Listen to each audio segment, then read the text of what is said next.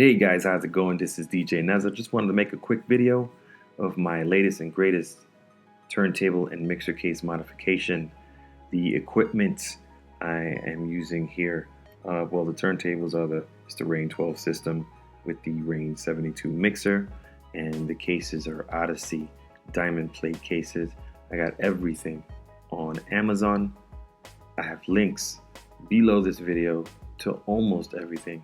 If you have any questions after the video and you want to find out some more information on how I built this, please feel free to comment. I'm actually going to be building on this system a little bit more. I got a couple more things to do, so if you want to be updated to that, please subscribe. The reason I put this system together is because I am a DJ who does not use front boards for the most part.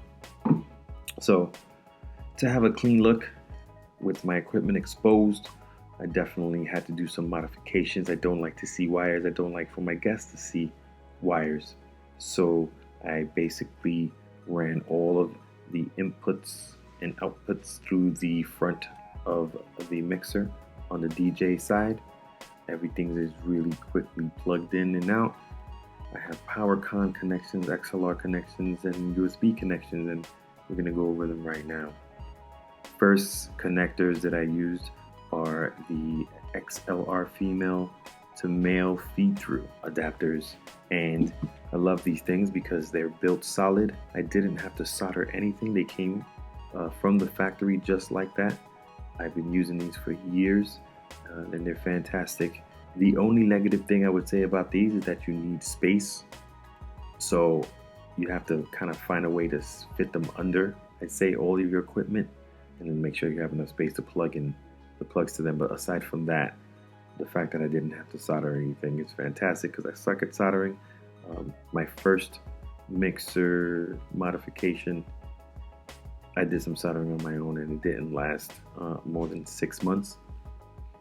So I got about 4 of these female XLR adapters, 3 of these male to female adapters, 3 of these power con connectors, and 2 of these USB connectors. And these USB connectors, you could actually reverse them. The front is USB A and the back is USB B. What I started with first is the USB holes, and I used a LENOX hole saw 1-inch cutter.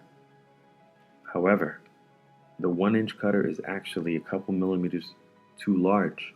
I could not find a 23.8 millimeter hole saw that was a metal and wood saw together, and that one is, and the holes come out really nice and crisp.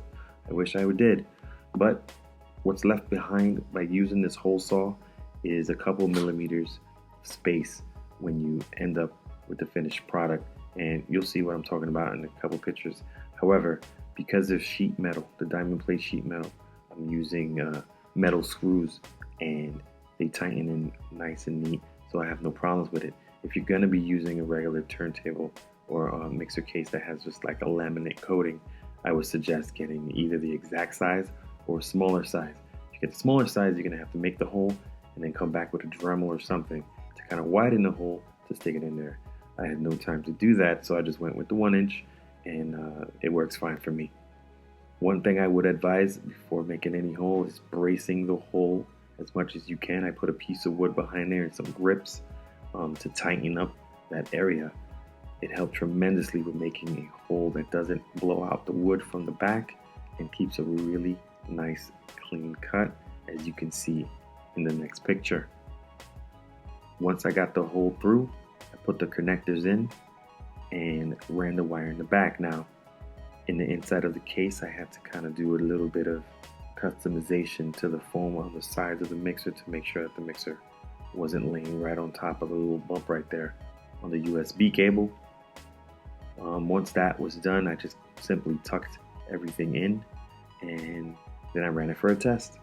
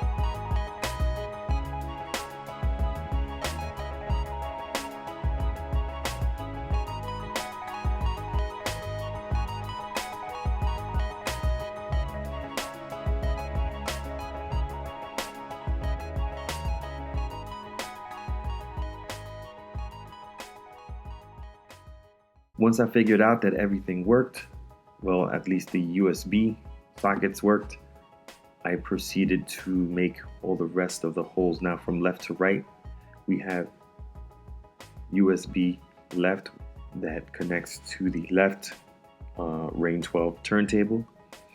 Then we have on the bottom there left, we have master left. Then we have mic 1 and mic 2. That's channel 1 auxiliary. Booth. That hole right there is going to actually be the adapter that's right next to it. I'll move it over, and that is going to be my session out. It's the plug that I basically give to videographers when they want to feed. And then next to that one is the right master out, and the very last one is going to be the power con, and the one up on the right hand side is the other connector for the other turntable. What you see right here is an inside look of the mixer case. I had to cut out some of the foam so I can leave enough room for the adapter and the cable to fit in. Once I have those in there, I just kind of slit some holes in the foam and tuck the wires away nicely, as you'll see in the next photos. Then I went in and put in this power con and connected not only the power for the mixer, but the power for the laptop as well, the MacBook Pro. Tuck that in the corner real quick over there. It fits nice and neat, but the outlet for the USB-C cable was all the way in the top. So what I did is I got a right angle adapter that went into that block right there and perfectly fit with the USB-C cable, so nothing's bending. This is another view after I actually put in my stand. All I did was took a stand and chopped the bottom of it off, put some plates in there towards the back, secured it nicely. When I put my laptop stand in there, it's not going anywhere. So now it was time to make the holes for the turntable case. It's only 2 holes, 1 hole for the power, and then 1 hole to feed the USB right angle cable through. Inside the case, I just put a power strip. It only has 2 places to plug anything in, and only one of them is used right now. Maybe later on I'll add a microphone or something, but on the right case, I actually had a power strip that had also USB ports. So I put a cord to charge my cell phone, and then I plugged in the turntable case on that one. Pretty simple. I placed this cap horizontally so that I can kind of just have easy access to the USB cable, and it's working out fantastic. I like the way it came out. It's nice and clean. It keeps it tucked in there, protects it from dust and rain or anything else that might happen. Now, this is a picture of some custom cables that I ordered. You can go ahead and put any cables you want in your mixer, of course, but I went all out and just got pretty much every single cable in there is Neutrik Mogami digital cables, cut to size. Nothing's bigger than about 2.5 feet, and these were extra special because they're right angle and also adjustable. So right angle adjustable, I put them in and they were still touching the bottom. They weren't touching the back, but they were touching the bottom. So I had to adjust them to like about a 45-degree angle, and they work out perfectly for me now. They're not cheap. They're about $20 to $25 per cable. Came up to like $100 for everything. But I know that I'm not gonna have any noise.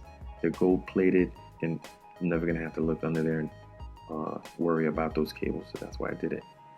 This is another look of everything. How I plug everything in. It takes me 2 seconds when I put my tables up. Just kind of plug, and I'm happy with it. I get a lot of attention when people are walking by, just kind of checking out the room, or the bride and groom comes to check out the room before the room opens.